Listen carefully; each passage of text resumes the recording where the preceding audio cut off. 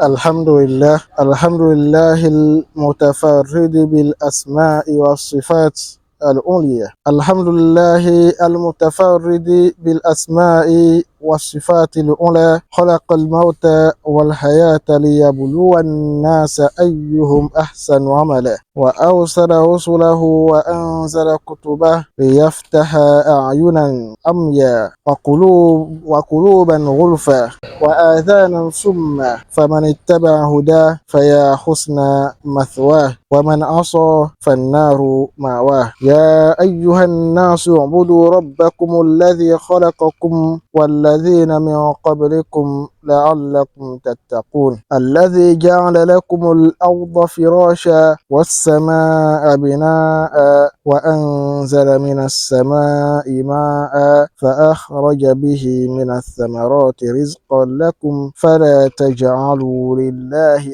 أندادا وأنتم تعلمون. عباد الله، فمنذ أن خلق الله أبانا آدم عليه السلام وأسكنه الجنة بدأت المعركة مع الشيطان الرجيم، مع إبليس عليه لعائن الله، فوسوس إلى أبينا واجتهد وجد حتى أخرجه من الجنة باسم النصيحة وباسم الخير. فقد ذكر الله سبحانه وتعالى عن إبليس أنه قال فبعزتك لأغوينهم أجمعين إلا عبادك منهم المخلصين. اللهم اجعلنا منهم يا رب العالمين. Toutes les louanges appartiennent à Allah, l'unique en ses noms et en ses attributs les plus sublimes. Celui qui a créé la mort et la vie afin d'éprouver les gens, afin d'éprouver les hommes et de voir ceux qui seront parfaits dans leur accomplissement d'œuvre. Celui qui a envoyé le messager Muhammad sallallahu alayhi wa sallam et qui a envoyé ceux qui l'ont précédé. Celui qui a fait descendre ses livres pour ouvrir les yeux qui étaient aveugles et les cœurs qui étaient fermés. Celui qui a envoyé ces messagers, qui a révélé ses livres pour ouvrir aussi les oreilles qui étaient fermées. Quiconque suit sa guidée, celui-là aura une bonne récompense. Quant à celui qui lui désobéit, son refuge est le feu. Ô vous qui avez cru, craignez Allah comme il doit être craint et ne mourrez qu'en pleine soumission. Ô vous les gens, craignez votre Seigneur qui vous a créé, vous ainsi que ceux qui vous ont précédés, afin que vous atteigniez la piété. Celui qui a fait de la terre pour vous comme un lit et le ciel comme un toit. Celui qui a fait descendre du ciel une eau duquel il a fait sortir, ce par quoi il a fait sortir des fruits en tant que subsistance pour vous. Ne lui donnez donc pas des associés. Ne donnez donc pas des associés à Allah subhanahu wa ta'ala alors que vous savez cela. Serviteur d'Allah. Depuis la création de notre père Adam alayhi salam et depuis qu'il leur fait entrer au paradis, la lutte et le champ de bataille a commencé entre Shaitan, Iblis et les créatures d'Allah subhanahu wa ta'ala, c'est-à-dire les fils d'Adam. Commençant par Adam, il lui a insufflé des choses et il a fait son effort par des prétentions jusqu'à ce qu'il le fasse sortir du paradis où Allah subhanahu wa ta'ala a mis Adam en première position. Il lui a fait des propositions sous couvert de bons conseils et il lui a dit qu'il était en train de le conseiller alors que j'étais là que pour l'égarer. Cette guerre existe. Iblis dit à ce sujet, comme Allah nous rapporte cela, par ta puissance, Iblis dit, par ta puissance, je les égarerai tous. Sauf tes serviteurs parmi eux qui sont sincères, ou bien que tu as réservé pour la sincérité. Mukhlasin ou al-mukhlisin, ceux qui sont sincères. Nous demandons à Allah subhanahu wa ta'ala de nous mettre parmi ceux-là. Depuis ce temps, Adam a été expulsé du paradis, mais Shaitan a continué avec sa tâche. Comme il a dit dans cette parole, son objectif, c'est d'égarer les fils d'Adam. Et il a pris tout ce qu'il y a comme cause pour accomplir sa mission. Et il ne se contente pas juste des shayatines, des hommes, des djinns. Il s'appuie aussi sur les shayatines parmi les hommes. Puisqu'il y a des shayatines parmi les hommes, il y a des démons parmi les hommes, il y a des démons parmi les djinns. Il les utilise tous dans ce sentier-là. Et parmi ces voies, nous avons le fait qu'il a choisi assez de méthodes pour égarer le serviteur de droit chemin. Il ne se contente pas juste d'une manière. Toute voie qu'il peut emprunter, tout moyen qu'il peut emprunter, tant que le serviteur se détourne, lui, ça le réjouit. Il peut détourner celui-ci à travers les péchés. Il peut détourner celui-ci à travers les innovations. Il peut détourner celui-ci à travers le shirk. Il peut détourner celui-ci à travers la musique. Il peut détourner celui-ci à travers les ambiguïtés. Tant que la personne se détourne d'Allah subhanahu wa ta'ala, c'est ça son objectif. Ainsi, Shaitan manigasse beaucoup pour le serviteur d'Allah. Le serviteur ne doit pas perdre cela de ses yeux. Il doit savoir que Shaitan a des atbars, des adeptes, des partisans, ceux qui suivent ce sentier avec lui, le sentier de l'égarement, parmi les hommes et parmi les djinns. Il doit savoir cela. Allah subhanahu wa ta'ala dit وَكَذَلِكَ جَعَلْنَا لِكُلِّ نَبِيٍّ عَدُوًّا شَيَاطِينَ الْإِنسِ وَالْجِنِّ يُوحِي بَعْضُهُمْ إِلَى بَعْضٍ زُخْرُفَ الْقَوْلِ غُرُورًا. Et c'est ainsi que nous avons assigné à chaque prophète un ennemi parmi les shayatines, un ennemi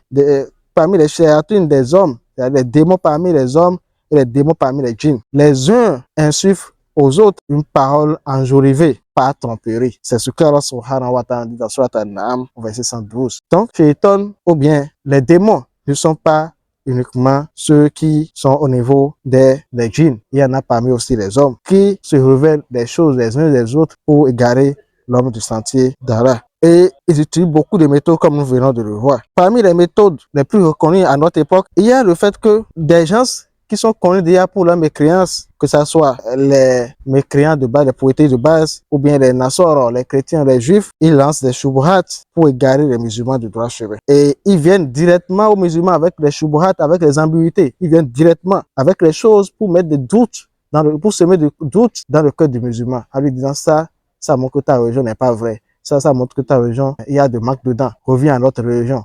Reviens. Ils amènent des ambiguïtés directement comme ça. Mais il y en a aussi des gens qui se réclament de l'islam, qui apportent des ambiguïtés aux musulmans, mais ils sont toujours des partisans de Shaitan. Ils travaillent toujours pour Shaitan sans le savoir. Ceux-là, ils sont nombreux à notre époque. Mais ceux sur qui nous voulons attirer l'attention dans cette khutbah, dans ce sermon, ce sont ceux qu'on appelle les Qur'aniyoun, les Quranistes. Qui sont les Quranistes? Ces gens-là n'ont pas fait apparition à notre époque. Même les compagnons les ont connus. Même ceux qui ont suivi les compagnons les ont connus. Et ils ne cessent d'exister durant les époques. Seulement que chaque fois qu'ils font apparition, ils n'ont jamais eu de force, puisque c'est quelque chose qui est reconnu auprès des musulmans à la base comme quelque chose qui est mauvais. Et les musulmans rejettent cela. Pour ceux qui sachent avec ce qu'ils ont déjà comme peu de connaissance de l'islam que ce n'est pas possible de suivre cette voie-là. Les Qur'aniyoun, qui sont-ils? Ceux-là qui rejettent la sunna du prophète sallallahu alayhi wa sallam. Il y a ceux qui viennent, qui rejettent directement, qui disent voilà, tout ce qui est sunna du prophète sallallahu alayhi wa sallam, nous on ne veut pas. On se contente juste du Coran. Et prétend cela par respect de quoi? Le Coran. Il dit qu'ils sont là pour valoriser le Coran, pour respecter le Coran. Et quand il dit cela, il ne veut pas cela, le rejet de la sunna. Il ne veut pas cela, le rejet de ce qui est venu du prophète sallallahu alayhi wa sallam. Et cela est une voie dangereuse. D'autres empruntent une autre voie. Ils disent non, nous on rejette certaines choses. Pourquoi vous dites voilà que vous suivez ce qui est venu dans Sahih Bukhari, Sahih Muslim, ces livres-là, pourquoi vous appuyez sur ces livres? Et cherchent à semer de doutes pour les musulmans jusqu'à ce qu'ils rejettent ce qui est venu du prophète sallallahu alayhi wa sallam. Cette voie-là, c'est une voie d'égarement, sans doute. Et à propos de cela, nous avons assez de preuves qui montrent que leur voie est une voie d'égarement. Dans cette route-là, nous allons juste clarifier quelques points. Puisque ces gens, c'est leur parole qu'ils apportent ici, c'est pour embrouiller les musulmans. Quand ils disent nous respectons le Coran, c'est pour respecter le Coran. C'est pour accorder au Coran sa valeur. C'est une parole, comme le dit Ali ibn Abi Talib, radiyallahu anhu.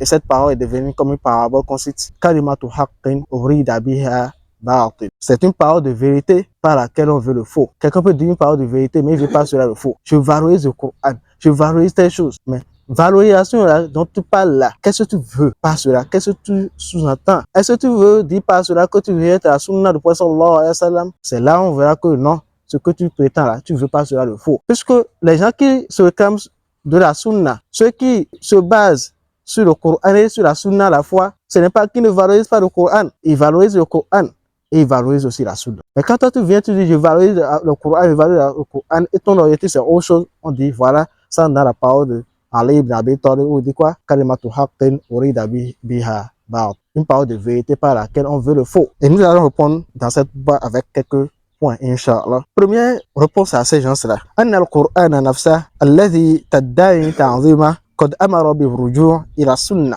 Que le Coran que tu prétends valoriser, lui accorder de place, ce Coran même ordonne de retourner à la sunna. L'imam Ahmad dit قد أمر الله بالرجوع إلى النبي في القرآن في بضعة وثلاثين موضع. L'imam Ahmad dit Allah subhanahu wa ta'ala a ordonné de retourner au prophète sallallahu alayhi wa sallam dans le Coran dans plus de 60 endroits, dans plus de 30 endroits, plus 30 موضع بضعة وثلاثين موضع, plus que 30 endroits dans le Coran. Allah subhanahu wa ta'ala ordonne à ses serviteurs de retourner au prophète sallallahu alayhi wa sallam. Allah subhanahu wa ta'ala ordonne de retourner à la sunna du prophète sallallahu alayhi wa sallam. Et de retourner au Coran à la sunna du prophète sallallahu alayhi wa sallam ici, ou bien à son obéissance ici, cela est dans plusieurs versets. On ne pourra pas citer ces versets-là dans une khutbah. Allah subhanahu wa ta'ala dit Ya ayyuhalladhina amanu ati'u Allah wa ati'u Rasul. Oh, vous qui avez cru, obéissez à Allah et obéissez au message. Comment obéir à Allah? Comment obéir au messager? Obéir à Allah, c'est ce qui est venu dans le Coran. Obéir au messager, c'est ce qui est venu dans la sunna du prophète sallallahu alayhi wa sallam. Wa ulil amri minkum, et à ceux qui détiennent le commandement parmi vous. Fa in tanaza'tum fi shay farudduhu ila Allah wa Rasul. Et si vous divergiez sur quoi que ce soit, retournez cela à Allah et à son message. Allah n'a pas dit retourner cela à Allah seulement, puisque le Coran, c'est ce qui est venu d'Allah subhanahu wa ta'ala. Donc, quand Allah subhanahu wa ta'ala nous ordonne ici, il dit quand vous divergez sur quelque chose, il y a divergence entre nous, retournez à Allah. Comment on va retourner à Allah? Au livre d'Allah. Et il dit, et retourner au messager. Comment on va retourner au messager sallallahu alayhi wa sallam? De son vivant, on pouvait lui poser la question en même temps, comme les compagnons faisaient. Quand ils avaient une inquiétude, ils posaient la question au prophète sallallahu alayhi wa sallam sur leur inquiétude. Le prophète sallallahu alayhi wa sallam leur a exposé cela. Nous, actuellement, nous n'avons pas le prophète sallallahu alayhi wa sallam en face de nous. Comment on peut retourner au prophète sallallahu alayhi wa sallam? On a toujours son message qui est là. On nous a transmis ce qu'il a dit. On retourne au prophète sallallahu alayhi wa sallam. Et Allah subhanahu wa ta'ala montre que cela est un signe de foi. Et Allah subhanahu wa ta'ala nous indique que cela est une meilleure interprétation pour nous quand il dit In kuntum tu'minuna billahi wal yawmil akhir dhalika khayrun wa ahsan ta'wila. Si vous croyez à Allah et au jour dernier, et cela est bien et meilleure interprétation pour vous. Quand on se comporte comme ça c'est une bonne et meilleure interprétation pour nous. En plus de ça, c'est un signe de la foi. Celui qui se comporte comme ça en retournant à Allah et à son messager, c'est un signe qui montre que celui-là est croyant. C'est pourquoi Allah dit quoi? In kuntum tu'minuna billahi wal yawmil akhir. Si vous croyez à Allah et au jour dernier, voilà comment il faut se comporter. Allah subhanahu wa ta'ala dit Man yuti'i rasul faqad ata'a Allah. Quiconque obéit au messager a cet obéi à Allah. Ça, c'est un verset de Sourate Nisa aussi. Et plusieurs versets Allah dans ce sens. Ainsi, quiconque prétend valoriser le Coran et il n'accepte pas retourner au prophète sallallahu alayhi wa sallam, c'est comme si il rejette toujours le Coran. Son objectif, ce n'est pas de rejeter la sunna, mais son objectif, c'est de rejeter même la législation. Mais il veut prendre pas des khutwat, il veut prendre des pas, il veut prendre des manières pour faire détourner les gens du Coran aussi. C'est sa manière de faire à lui ça. Donc quand vous voyez quelqu'un qui dit voilà, on se détourne de le prophète sallallahu alayhi wa sallam, c'est qu'il se détourne en réalité du Coran, puisque le Coran même ordonne de suivre le prophète sallallahu alayhi wa sallam. Deuxième argumentaire conseillant cela, c'est que Allah subhanahu wa ta'ala nous a ordonné dans le Coran à la compréhension du Coran. Pour comprendre le Coran, il faut retourner à la sunna du prophète sallallahu alayhi wa sallam. Ce qu'on a vu précédemment, c'est l'ordre de retourner directement au prophète sallallahu alayhi wa sallam et de retourner à l'obéissance du prophète sallallahu alayhi wa sallam. Dans les versets aussi, on retrouve ce qui indique de retourner à la compréhension du Coran avec la sunna du prophète sallallahu alayhi wa sallam. Pour comprendre le Coran, il faut retourner à ce qui est venu dans la sunna. Ainsi, celui qui prétend l'inverse, ou bien celui qui prétend qu'il ne veut pas, qui valorise le Coran et qui ne retourne pas à cette compréhension, celui-là n'est pas retourné au Coran réellement. Cette personne n'a pas accordé la valeur du Coran, il n'a pas accordé au Coran sa valeur. Ça juste valeur. Allah subhanahu wa ta'ala dit Wa anzalna ilayka dhikra litubayyina lin-nas ma nuzila ilayhim. Et nous t'avons révélé le rappel afin que tu exposes aux gens ce qu'on leur a fait descendre, Ainsi la parole d'Allah subhanahu wa ta'ala Wa anzalna ilayka dhikra. Nous t'avons fait descendre un dhikr, un rappel. Ça, il s'agit de la sunna. Allah a fait descendre la sunna pour sallallahu alayhi wa sallam. Litubayyina lin-nas ma nuzila ilayhim. Pour que tu exposes aux gens ce qu'on leur a révélé. Nous t'avons fait descendre quoi? Le dhikr. Le dhikr ici, c'est quoi? C'est la sunna pour sallallahu alayhi wa sallam. Avec laquelle il doit exposer ce qu'on a fait, ce qu'on a révélé aux gens. Donc, il y a deux choses ici dans ce verset. Nous t'avons fait descendre le dhikr afin que tu exposes aux gens, afin que tu exposes. Qui doit exposer ici? Le prophète sallallahu alayhi wa sallam. Il expose avec le dhikr, il expose ça aux gens. Il expose quoi? Ma nuzila ilayhim. Ce qu'on leur a fait descendre, ce qu'on leur a révélé là. il faut exposer cela. Ainsi, le Coran, ici, n'est pas révélé juste comme ça, sans explication. L'explication, Allah a ordonné son prophète d'expliquer ça aux gens. La sunna est donc quoi? La sunna tout face sur le Coran. Comme l'a dit Imam Ahmed dans son livre qu'on appelle Usul Sunna. Il a dit, wa sunna tout face sur le Coran. La sunna est venue pour exposer le Coran, pour détailler le Coran. La troisième réfutation ici est que Allah subhanahu wa ta'ala a exposé que le Coran est un wahi, est une révélation.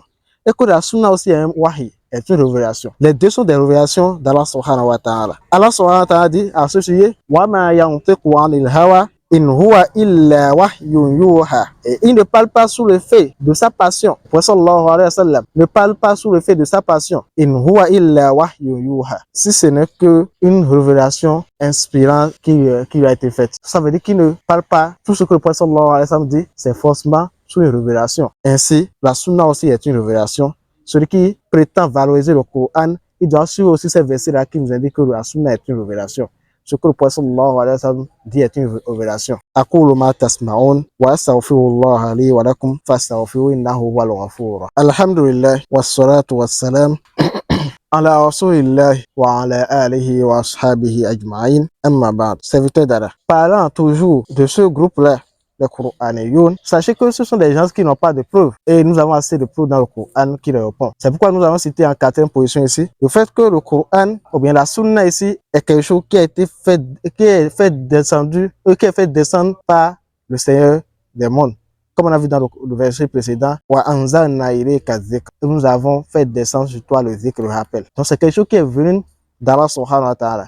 Allah dit ici que nous avons fait descendre sur toi le dhikr, c'est la sunna. Donc si vous prétendez sur le Coran, vous devez précéder aussi ces versets-là. Vous devez comprendre ces versets-là aussi, vous devez mettre en pratique ces versets-là. Puisque Allah subhanahu wa ta'ala nous dit ici qu'il a fait descendre le dhikr. Donc c'est Allah qui a fait descendre cela. Vous devez suivre aussi la sunna. Et Allah subhanahu wa ta'ala dit encore dans son verset, wa anzala Allahu alayka al-kitaba wal hikma wa 'allamaka ma lam takun ta'lam. Et Allah t'a fait descendre le livre et la hikma. Le livre et la hikma. Wa 'allamaka ma lam takun ta'lam. Et il t'a enseigné ce que tu ne savais pas. Allah dit ici, il a fait descendre sur toi le livre. Il a fait descendre sur toi Muhammad. Le livre, c'est quoi le livre? Le Coran. Et la hikma, c'est quoi la hikma? La sunna. Comme l'a expliqué les savants. Puisque le livre n'a pas, la sunna n'a pas. Allah dit ici, le livre et la hikma. Forcément, la hikma doit être quelque chose d'autre. Ça ne peut plus être le livre. Dit que la hikma, c'est encore le livre. C'est qu'il y a une tautologie. Allah dit le livre et le livre. Le livre, c'est le Coran.